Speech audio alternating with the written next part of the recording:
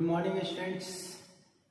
पिछली क्लास में हम लोगों ने टाइप ऑफ कैपेसिटर्स के बारे में देखा था। आज की क्लास में जिस टॉपिक पर हम लोग चर्चा करने जा रहे हैं वो टॉपिक काफी इम्पोर्टेंट टॉपिक है। इस टॉपिक से एग्जाम में क्वेश्चंस पूछे जाते हैं, न्यूमेरिकल्स के रूप में पूछे जाते हैं और ये फिक्स होता है कि इस चैप्टर से एक दो क्वेश्चन अवश्य रूप से पूछा जाता है। तो आज का जो टॉपिक है, आज जिस टॉपिक पर हम लोग चर्चा करने जा रहे हैं उस टॉपिक का नाम है connection of capacitor. Connection of capacitor, जैसा कि हम लोग पिछले क्लासों में पढ़ चुके हैं कि रेसिस्टर, तो रेसिस्टर को हम लोग तीन तरह से जोड़ते थे, सीरीज, पैरेलल और नेटवर्क कनेक्शन। उसी तरह से कैपेसिटर को भी हम लोग तीन तरह से जोड़ते हैं, लेकिन दो जो सिस्टम है वो काफी इंपॉर्टेंट सिस्टम है। वो दो क्या है? पहला है सीरीज कनेक्शन और दूसरा है पैरेलल कनेक्शन।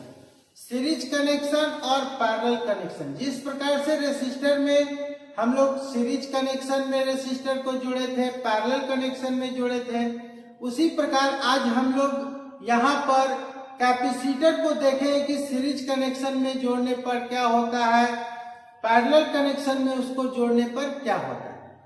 तो सबसे पहले हम लोग देखते हैं सीरीज कनेक्शन। श्रेणीबद्ध कनेक्शन में हम लोग जब कैपेसिटर को जोड़ते हैं तो क्या होता है। यहां पर ये तीन कैपेसिटर हम लोग ले लिए, एक का नाम C1 दे दिए, C2 दे दिए और C3 दे दिए। अब हम लोग क्या करते हैं, यहां पर सप्लाई जोड़ते हैं।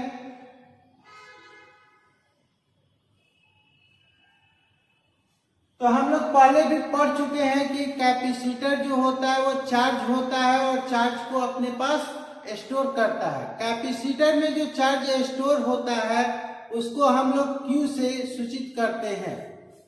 तो सभी Q is equal to C into V होता है। Q इजिकल टू Q कितना होगा, तो कैपेसिटर में चार्ज कितना इकट्ठा होगा, तो कैपेसिटर के मान के अनुसार और वोल्टेज के अनुसार। जैसे एग्जांपल में एक आप ले लीजिए, एक बकेट ले लीजिए, पानी का बाल्टी ले लीजिए। पानी का बाल्टी में पानी कितने स्टोर होगा, जिस साइज का हम लोग का बकेट होगा। छोटा बकेट होगा पानी कम स्टोर होगा, बड़ा बकेट रहेगा, बड़ा बाल्टी रहेगा, पानी ज्यादा स्टोर होगा। तो Q जो होता है वो C इंटू V के इक्वल होता है। अब हम लोग देखते हैं कि यहाँ पर वोल्टेज, यहाँ पर हम लोग देखते हैं कि हर एक कैपेसिटर में रुकावट डालता है। कैपेसिटर क्या करता है, करंट में के बहाव में रुकावट भी डालता है। तो इसके द्वारा जो रुकावट हुआ उसको XC1 करेंगे, इससे XC2 और इसके द्वारा C3 के द्वारा जो रुकावट होगा उसको हम लोग XC3 कह सकते हैं। दूसरे शब्द में हम लोग क्या कह सकते हैं, दूसरे शब्द में कह सकते हैं कि XC इक्वल टू कैपेसिटर का रुकावट, यानी R, वो कैपेसिटर कितना रुकावट डालता है। तो यहाँ पर ये तीनों कैपेसिटर हम लोग क्या किए हैं, एक कैपेसिटर का दूसरा सिरा दूसरे के पहले से, दूसरे का दूसरा सिरा तीसरे के पहले से जोड़े हुए। तो इस कनेक्शन को हम लोग सीरीज कनेक्शन कहते हैं। तो हर एक का अपना अपना रुकावट है, जिसके कारण हर एक के पास वोल्टेज क्या होगा, अलग अलग होगा। यहाँ पर C1 के पास जो वोल्टेज होगा उसका मान होगा V1, C2 के पास V2 और C3 के पास V3 वोल्टेज। अब हम लोग क्या देखते हैं कि इसको दो तरह से हम लोग सॉल्व कर सकते हैं, एक तो Q के आधार पर और एक C के आधार पर। तो हम लोग आज Q के आधार पर देखते हैं, चार्ज के आधार पर देखते हैं कि क्या होता है। तो हम लोग लिख सकते हैं कि VT इजिकल टू V1 जोड़ V2 जोड़ V3 यहाँ पर जो VT है टोटल वोल्टेज, ये इन तीनों कैपेसिटर में बढ़ जाएगा। अगर उन तीनों कैपेसिटर के वोल्टेज को जोड़ देते हैं तो हमको यहाँ का वोल्टेज ज्ञात हो जाएगा। और V बराबर हम लोग क्या करते हैं, तो यहाँ Q बराबर C इंटू V है, तो V इक्वल क्या हो जाएगा, Q बाई C।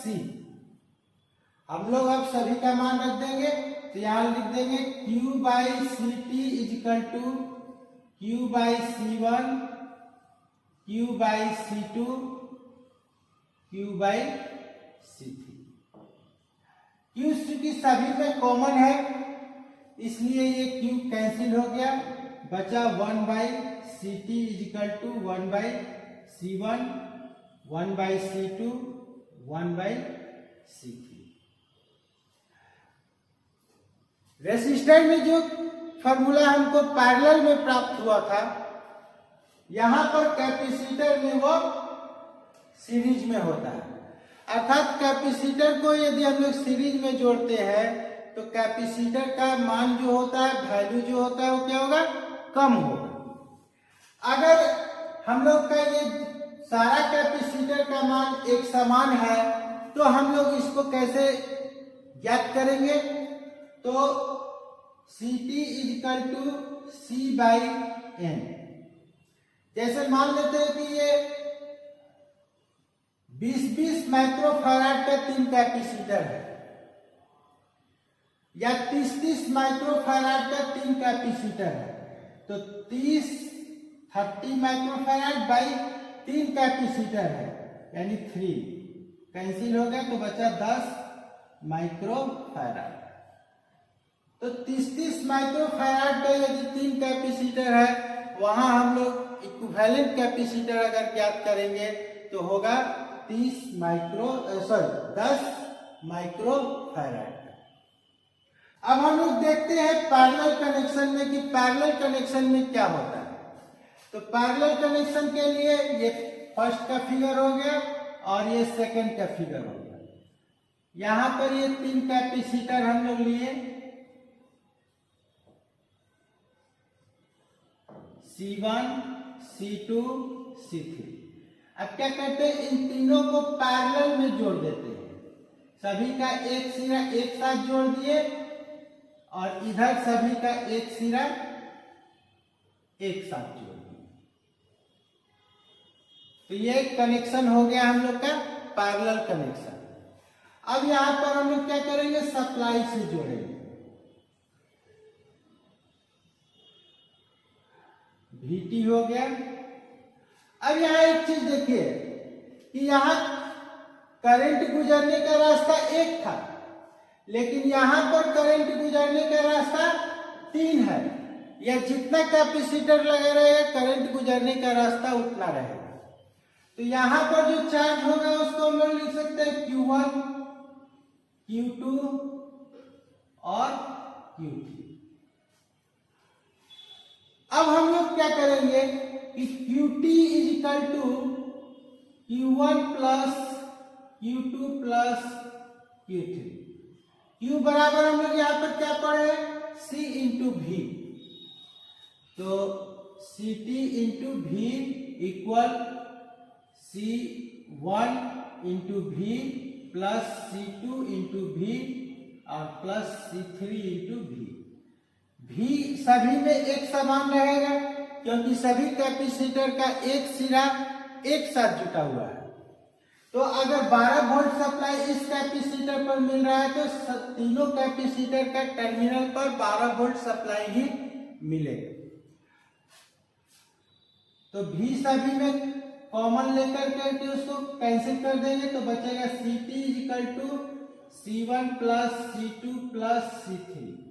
इसी तरह से कैपेसिटर का मान हम लोग पैरेलल में निकालते रहेंगे। तो यहाँ क्या देख रहे हैं हम लोग कि सभी कैपेसिटर अगर पैरेलल में जोड़ा जाता है कैपेसिटर को तो सभी कैपेसिटर का मान आपस में जुट जाता है। अर्थात जिस तरह से रेसिस्टर्स में सीरीज में होता था, इस सीरीज में जोड़ने पर सभी रेसिस्टर का मान आपस में बढ़ जाता था, वही चीज यहाँ पर पैरेलल कनेक्शन में कैपेसिटर को जोड़ने पर सभी कैपेसिटर का मान आपस में जुट जाता है।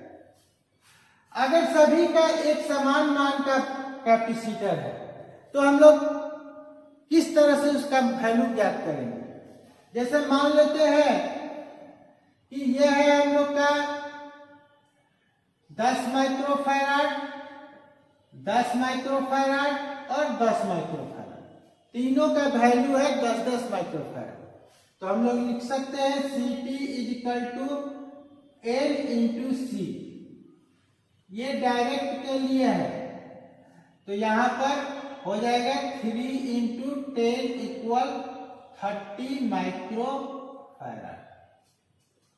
आज की क्लास में हम लोगों ने कैपेसिटर का कनेक्शन देखा कि कैपेसिटर को सीरीज में किस तरह जोड़ते हैं, पैरेलल में किस तरह जोड़ते हैं। सीरीज में जोड़ने पर उसके मान पर क्या प्रभाव पड़ता है, पैरेलल में जोड़ने पर क्या प्रभाव पड़ता है। नेक्स्ट क्लास में हम लोग नेटवर्क कनेक्शन के बारे में, कंबाइंड कनेक्शन के बारे में देखेंगे कि यदि कैपेसिटर को सीरीज और पैरेलल दोनों कनेक्शन में जोड़ा गया है तो उस पर क्या प्रभाव पड़ता है। अगर वीडियो आपको अच्छा लगे इस वीडियो को लाइक करें, अपने दोस्तों तक ज्यादा से ज्यादा इसे शेयर करें।